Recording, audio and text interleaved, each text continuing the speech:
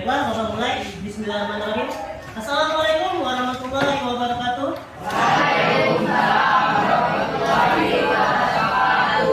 Selamat siang semuanya. Baik, kita masuk ke ekstrakurikuler tentang coding dan kecerdasan artifisial. Di pertemuan kita sebelumnya, kita sudah membahas tentang miskonsepsi dari coding itu sendiri. Ternyata coding itu bukan tentang bagaimana kita membuat program, tapi juga bagaimana cara kita melakukannya di kehidupan sehari-hari. Ya. Sebelumnya, Bapak absen dulu. Hari ini tanggal 18. Siapa yang nggak masuk? Anji, keterangannya? Oke. Kemudian? Harja, keterangannya? Ini juga? 2 orang? Oke, orang ya.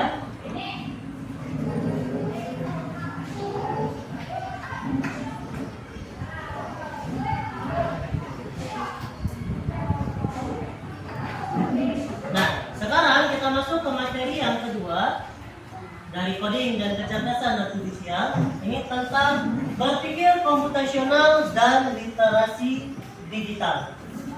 Nah, pada pembelajaran ini kita berfokus pada melatih cara berpikir logis, sistematis, kritis untuk memecahkan suatu masalah, serta membangun kesadaran tentang keamanan dan etika digital tanpa menggunakan perangkat digital. Ya. Jadi di pertemuan kita sekarang kita akan belajar tentang bagaimana berpikir komputasional itu diterapkan.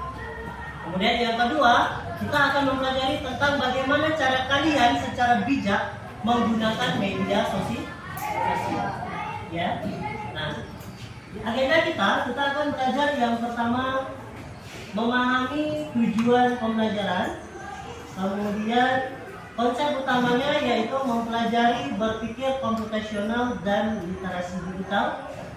Kemudian yang ketiga, aktivitasnya kita akan melakukan praktek melalui permainan dan diskusi. Dan yang terakhir adalah contoh soal serta LKPD dengan menerapkan konsep dalam studi kasus dan juga di sini ada video tentang definisi computational thinking, yaitu cara berpikir yang sistematis untuk memecahkan masalah yang bisa dipecahkan oleh manusia ataupun komputer. Pengenalan computational thinking. Hai teman kece, coba tebak apa artinya computational thinking atau berpikir komputasional? Adakah yang bermata jeli dan melihat kata komputasional di sini? Jadi mungkin ada hubungannya dengan komputer ya? Iya, betul sekali. Jempol buat kamu yang sudah menebak dengan benar.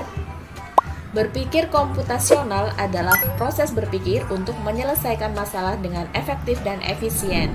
Dalam ilmu komputer, proses berpikir ini dilakukan sebelum mulai menulis coding atau pemrograman.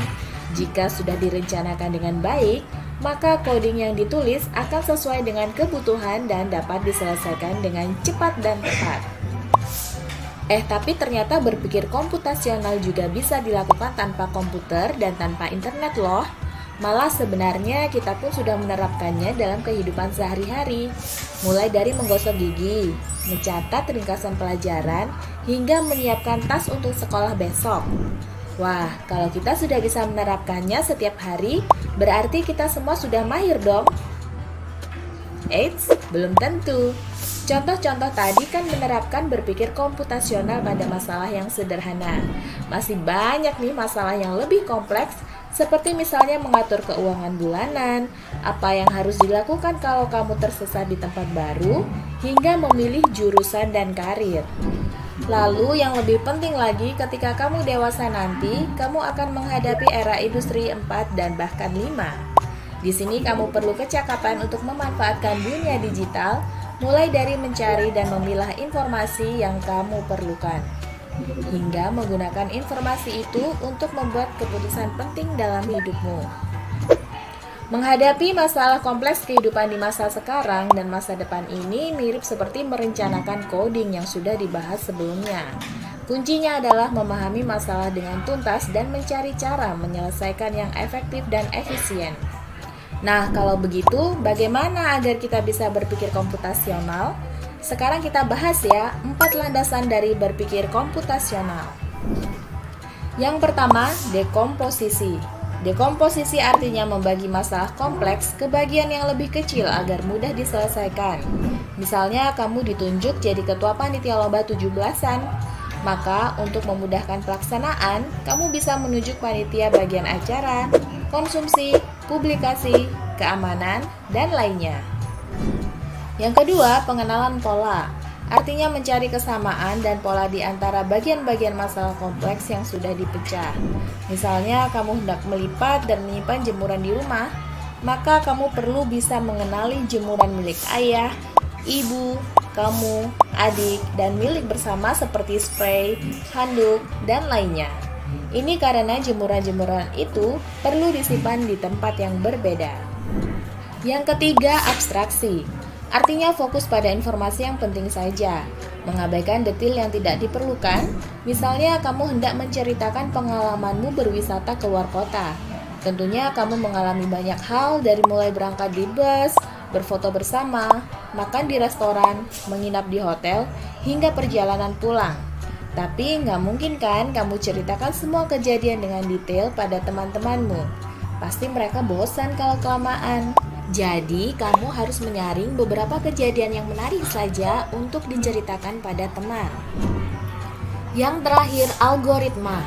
Artinya membuat langkah-langkah penyelesaian atau membuat aturan yang diikuti untuk menyelesaikan masalah. Misalnya, kamu diberi daftar belanja di supermarket oleh ibu. Ada minyak goreng, telur, roti, sayur, dan kopi. Lalu, kamu harus buru-buru karena ibu sudah mau memasak dengan minyak goreng itu. Nah, kalau seperti ini, satu cara yang efisien misalnya mulai dengan mengambil barang yang paling dekat dari pintu masuk hingga terakhir yang paling dekat dengan kasir. Nah, itu dia 4 landasan berpikir komputasional yang perlu diterapkan untuk memecahkan masalah yang kompleks. Lalu berikutnya, apakah ada cara untuk mengasah kemampuan berpikir komputasional? Tentu ada. Selain bisa coba kamu terapkan ke masalah sehari-harimu, kamu bisa juga latihan soal untuk mengasahnya. Misalnya, gurumu akan memberikan soal-soal computational thinking di mata pelajaran matematika, bahasa Indonesia, dan IPAS dalam kurikulum mereka. Selain itu, kamu bisa ikut tantangan Bebras Indonesia juga. Yuk coba simak satu contoh soal computational thinking. Dalam bis studi wisata, ada 3 kelompok anak yang akan diantarkan ke 3 tujuan berbeda. Bis berhenti pertama di restoran, lalu hotel, dan terakhir di museum. Hanya ada satu tempat penyimpanan koper di samping bis, yang hanya bisa dibuka dari satu pintu. Sopir bis ingin mengatur koper-koper penumpang hingga mudah dikeluarkan. Bantu supir bis menentukan urutan memasukkan koper-koper itu ke dalam tempat penyimpanan.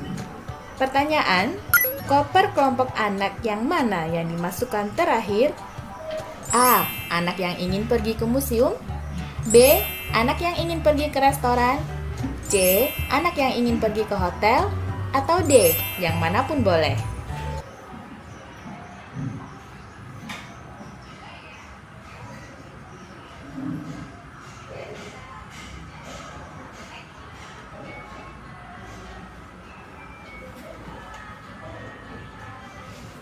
Ya, itu tadi ilustrasi dari berpikir komputasional. Tadi ada pembahasan yang tentang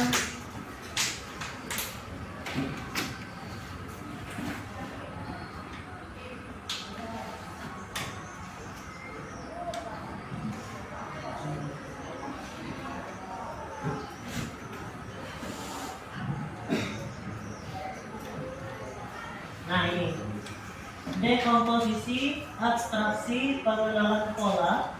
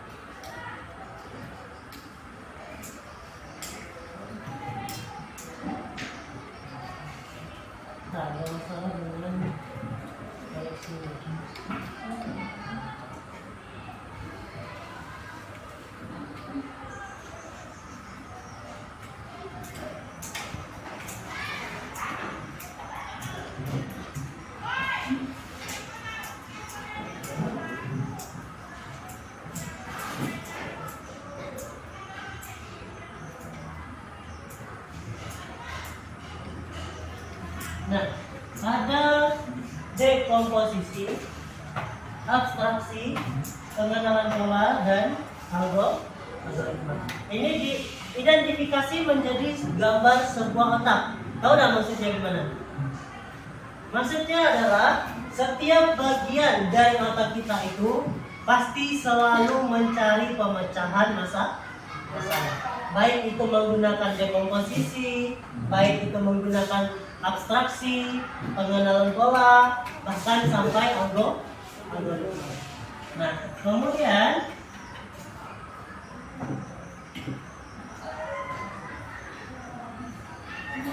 ini tadi contoh dari penerapan dekomposisi, yang mana pengertiannya adalah memecahkan masalah yang kompleks itu dirubah menjadi kecil-kecil supaya mudah diselesaikan.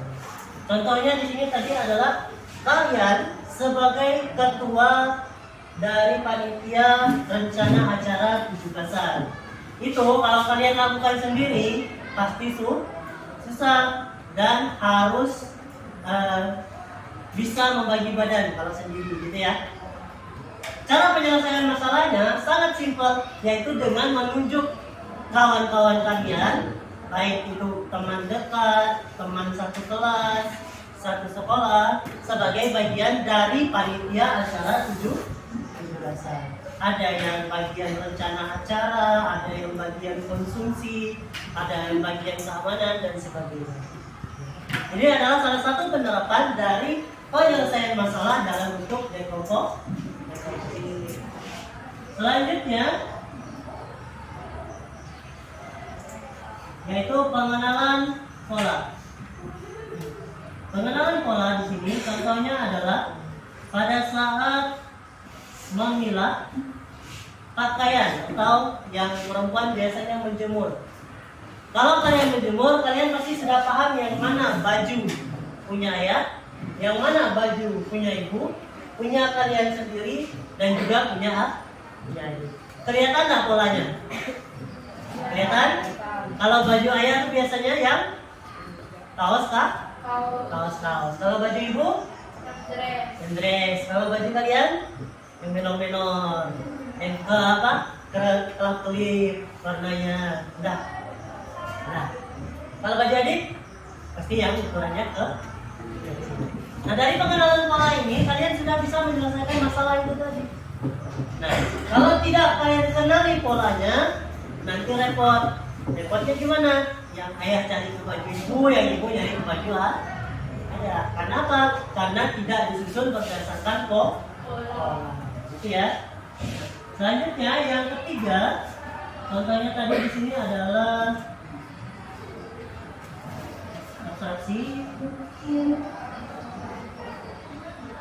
Nah, abstraksi ini adalah fokus pada apa yang penting dan mengabaikan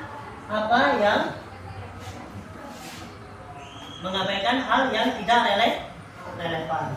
Contohnya di sini adalah pada saat kalian kumpul dengan teman, ya kan, nongkrong bareng di rumahnya atau di pasar dan segala macam, kalian punya cerita yang ingin disampaikan, gitu ya.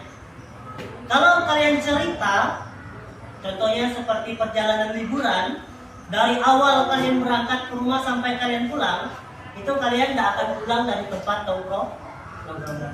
Biasanya kalau kasusnya seperti itu, apa yang kalian ceritakan? Sesuatu yang menarik, ya kan? Pemandangan apa yang dilihat, poin-poin penting saja yang kalian ceritakan. Kalau poin yang kayak saya berangkat jam 7 itu perlu diceritakan tidak? Tidak. Karena itu tidak relevan. Setiap orang punya jadwal untuk liburannya, berangkatnya itu berbeda. Tapi kalau kalian ceritanya kemarin saya berangkat liburan di Singkawang, saya lihat ada ikan hiu di laut. Nah, kalau seperti itu bisa diceritakan tidak? Bisa, karena itu adalah sebuah pengalaman. Ya. Dan yang terakhir adalah algoritma. Nah, yaitu membuat langkah-langkah penyelesaian untuk menyelesaikan suatu masalah. Kalian dapat daftar belanjaan Yang pertama minyak goreng, yang kedua telur, yang ketiga roti, keempat sayur, dan yang terakhir kok. Kalian dikasih uangnya kurang lebih 100.000 gitu ya. Dikasih daftar belanjaannya. Dengan catatan harus sudah pulang dalam waktu 20 menit misalnya, kalau mama ibu kalian bilangnya seperti itu. Nah, ketika kalian melihat susunan dari toko, nah ini kalau susunannya seperti ini minyak, kemudian roti, kemudian telur, sayur, kopi, dan juga kasir. Kira-kira dari susunan tadi, bagaimana cara kalian menyelesaikannya? Ambil yang lebih awal dan selesainya mendekati kasir. Gitu ya, karena kalian sudah dapat daftar belanjanya dan pasti tidak akan mencari yang lain kecuali kalau sudah selesai. Gitu ya. Nah.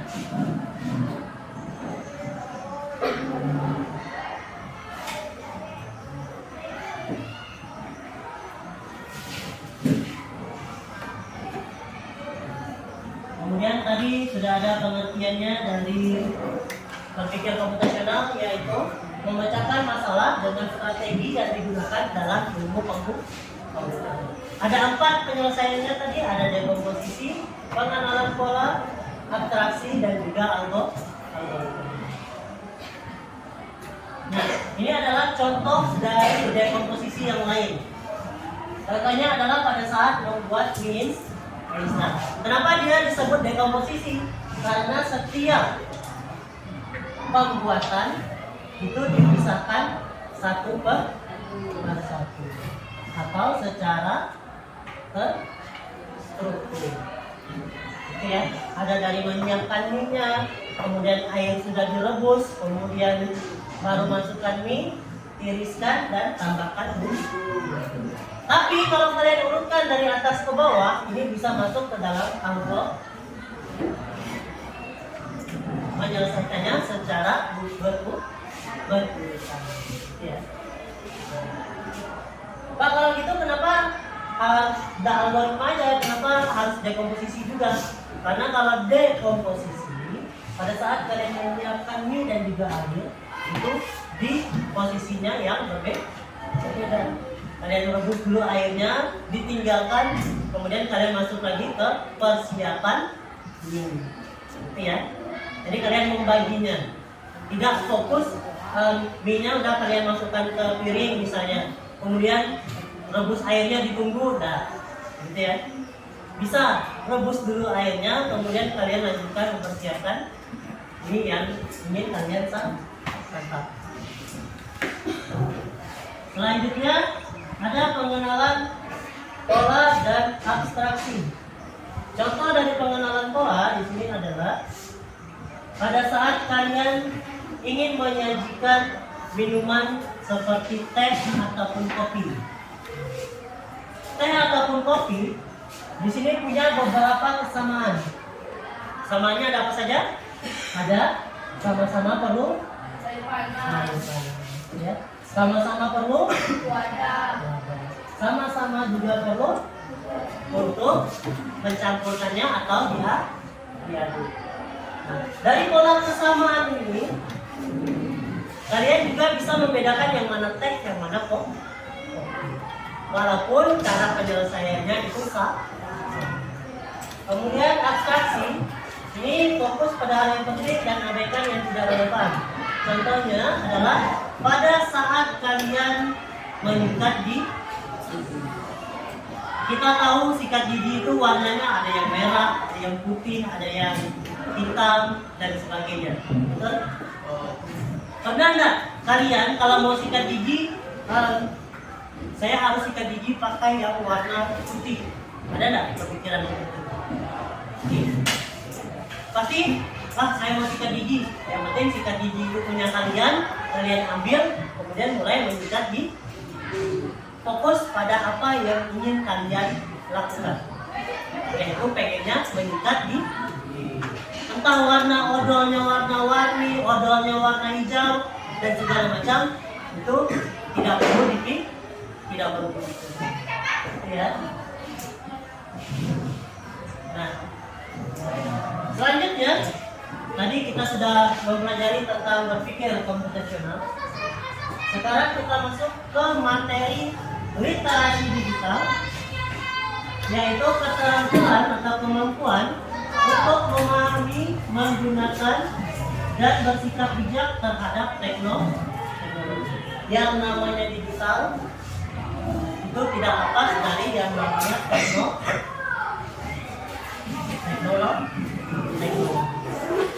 Jadi apapun yang bernama digital selalu ada sangkut pautnya dengan teknologi. Sekarang materinya adalah tentang literasi. Literasi itu apa? Ada yang tahu literasi? Kemampuan untuk memahami atau membaca. Nah, jadi cara literasi digital ini adalah supaya kalian bijak dalam menggunakan media sosial. Ya. Caranya di sini ada 3. Yang pertama keamanan data, yang kedua etika digital, dan yang terakhir kesadaran akan resiko. Kalau keamanan data di sini adalah pentingnya kalian membuat sebuah password yang kuat dan jangan pernah diberitahukan kepada orang lain. Kita tahu password ada yang mulai dari 1, 2, 3, 4, 5 dan seterusnya. Ada juga yang menggunakan tanggal lahir 12, 12, 25. Ada juga password yang menggunakan nama mantan. Ada? Ada? Kalau tidak ada, tidak apa-apa.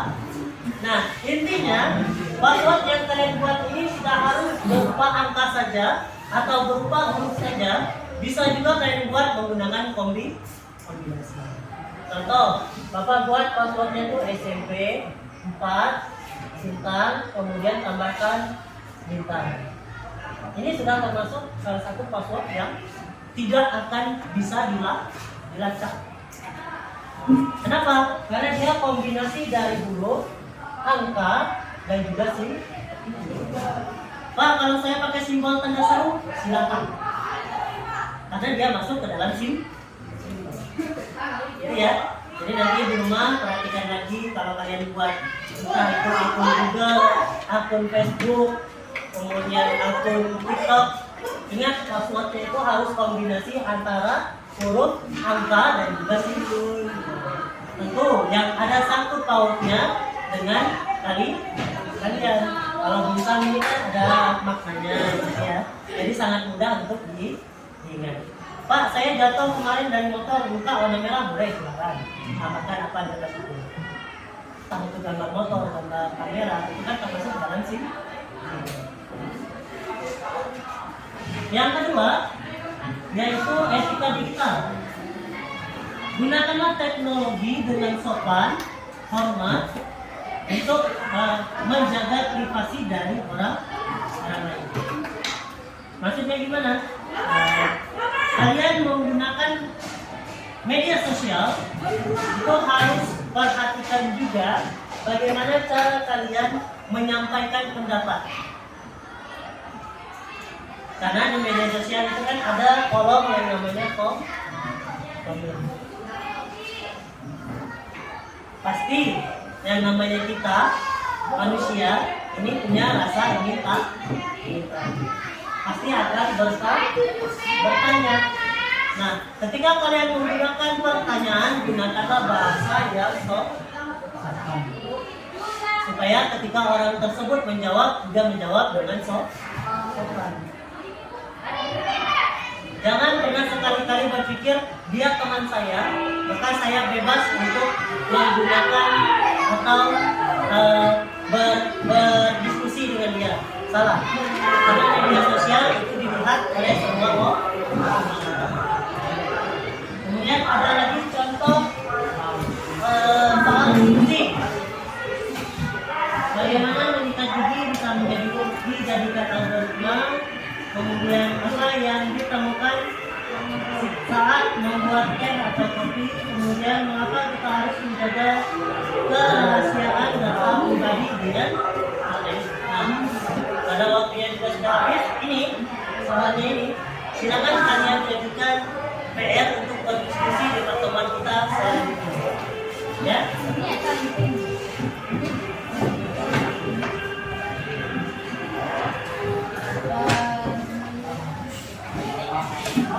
Nanti Bapak bagikan aja contoh soalnya, nanti biar dibuka aja. Nah, kita masuk ke kesimpulan pertemuan kita hari ini.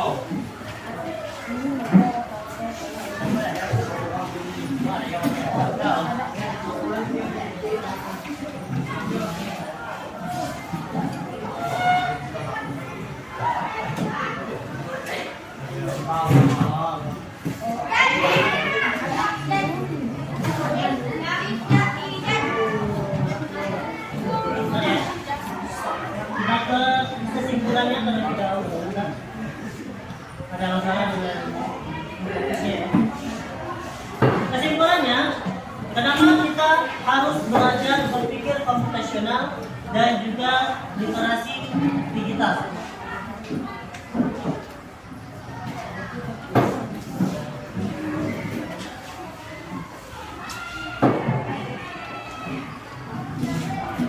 Pada pembelajaran kita kali ini akan membekali Anda dengan keterampilan yang penting untuk masa depan di dunia digital. Kemudian kalian sudah mempelajari tentang pemecahan masalah, kemudian sadar bagaimana cara menggunakan media digital, dan yang terakhir bisa mendorong kreativitas dan juga inovasi supaya kalian bisa berpikir ke depannya. Ya, nanti ingat tugas diskusinya kita bahas di pertemuan selanjutnya. Sekarang silakan dikemas semuanya.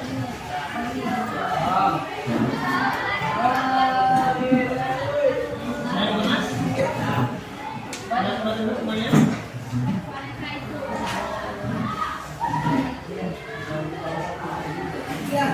Kalau sudah, ketua kelas, tunggu